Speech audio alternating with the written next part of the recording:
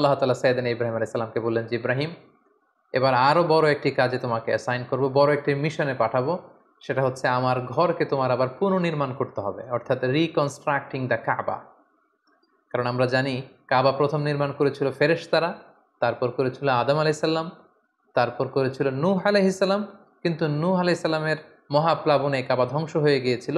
সেটাকে আবার পুনর্নির্মাণের জন্য আল্লাহ তাআলা সাইয়েদনা ইব্রাহিম আলাইহিস সালামকে বললেন, আবার মাইগ্রেট করো ফ্রম প্যালেস্টাইন টু মক্কা। আমরা যদি সাইয়েদনা ইব্রাহিম আলাইহিস সালামের জীবনী দেখি, কতবার যে তিনি মক্কা থেকে ফিলিস্তিনে এসেছেন, আবার ফিলিস্তিন থেকে 1200 কিলোমিটার পথ পাড়ি দিয়ে তিনি মক্কায় গিয়েছেন, তার কোনো ইয়ত্তা নেই। তিনি কাবা নির্মাণের জন্য গেলেন এবং সন্তান ইসমাইলকে নিয়ে কাবা নির্মাণ করলেন। আল্লাহ তাআলা বললেন, ওয়াইদ বাওয়া'না লিইব্রাহিমা মাকানাল বাইত। আমি ইব্রাহিমকে, I pointed out for Ibrahim the site of the house. Kaaba ঘরের সাইটটা আমি দেখিয়ে দিলাম, এটা কতটুকু উঁচু হবে, কতটুকু দৈর্ঘ্য হবে, কতটুকু প্রস্থ হবে, তার সবটুকু আমি ইব্রাহিমকে বুঝিয়ে দিলাম। সাইয়েদনা ইব্রাহিম আলাইহিস সালাম সাইয়েদনা ইসমাইল আলাইহিস সালামকে নিয়ে কাবা নির্মাণ শুরু করলেন। ছোট্ট ছেলে ইসমাইল পাথর কেটে এনে বাবার কাছে দেয়। বাবা ইব্রাহিম আলাইহিস সালাম রাজমিস্ত্রির ভূমিকায় অবতীর্ণ হলেন।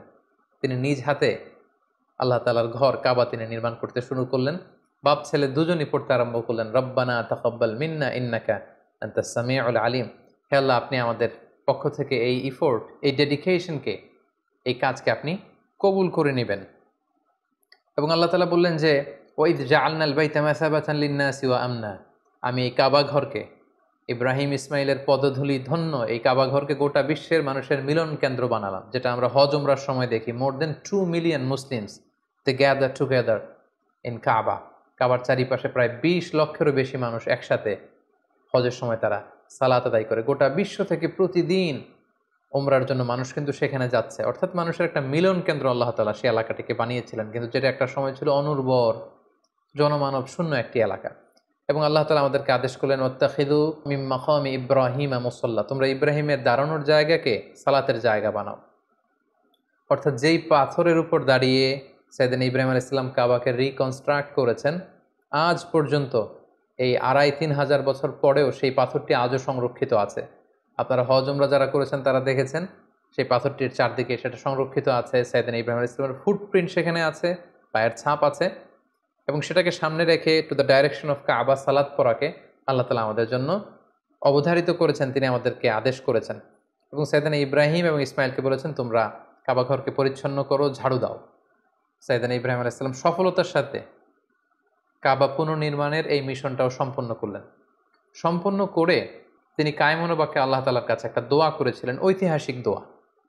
তিনি বলেছিলেন, রব্বানা ওয়াবআথ ফীহিম রাসূলান। হে আল্লাহ, এই মক্কায় আপনি একজন রসুল পাঠাবেন, ইয়াতলু আলাইহিম আয়াতিক, যে আপনার আয়াত তেলাওয়াত করবে, ওয়া ইউআল্লিমুহুমুল কিতাবা ওয়াল হিকমা, এবং এই এলাকাবাসীদেরকে তিনি আপনার কিতাব শিক্ষা দিবে, সুন্নাহ শিক্ষা দিবে, ওয়া ইউযাক্কিহিম, তাদেরকে পরিচ্ছন্ন করবে, ইন্নাকা আনতাল আজিজুল হাকিম, আপনি মহাপরাক্রমশালী, আপনি প্রজ্ঞাময়। এই বরকতপূর্ণ দোয়ার বদৌলতে বেসিক্যালি আল্লাহ তাআলা আখিরি জামানার পয়গম্বর বিশ্বনবী মুহাম্মদুর রাসূলুল্লাহ সাল্লাল্লাহু আলাইহি সাল্লামকে প্রায় 2500 বছর পরে মক্কায় শেষ নবীর আগমন ঘটে। এবং আল্লাহ রাসূল সাল্লাল্লাহু আলাইহি ওয়াসাল্লাম তিনি বলতেন, আনা দাওয়াতু আবি ইব্রাহিম, আমি হচ্ছে আমার বাবা ইব্রাহিমের দোয়ার ফসল। ওনার দোয়ার বদৌলতেই আল্লাহ তাআলা আমাকে এই পৃথিবীতে শেষ নবী করে পাঠিয়েছেন। একেবারে শেষ পর্যায়ে আল্লাহ তাআলা ইব্রাহিমকে বললেন যে, ইব্রাহিম, তুমি মক্কা ছেড়ে যাওয়ার আগে মক্কাতে একটি ঘোষণা দাও, ঐতিহাসিক ঘোষণা, বিগ অ্যানাউন্সমেন্ট। সেটা কিসের ঘোষণা? সেটা হচ্ছে হজের ঘোষণা।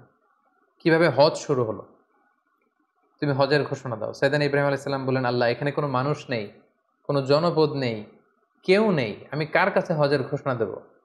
আল্লাহ তাআলা বললেন, তুমি শুধু ঘোষণাটা দাও, গোটা বিশ্বের মানুষের কানে এই ঘোষণা পৌঁছে দেওয়ার দায়িত্ব আমি আল্লাহ নিজে নিয়ে নিলাম। সুবহানাল্লাহি ওয়া বিহামদিহি। আল্লাহ তাআলা বলছেন, ওয়াআযযিন ফিন-নাসি বিল হজ্জ ইয়াতুকা রিজালা ওয়া আলা কুল্লি দামিরি ইয়াতিনা মিন কুল্লি ফাজ্জিন আমিক।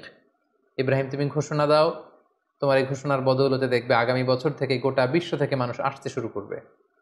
এবং সাইয়েদনা ইব্রাহিম আলাইহিস সালাম সাফা পাহাড়ের উপরে উঠলেন, কোনো বর্ণনায় জাবালে আবু কুবাইসের উপরে উঠলেন, উঠে ঘোষণা দিলেন, আইয়ুহান নাস ইন্না রাব্বাকুম ক্বাদ ইত্তাখাযা বাইতান ফাহাজ্জু।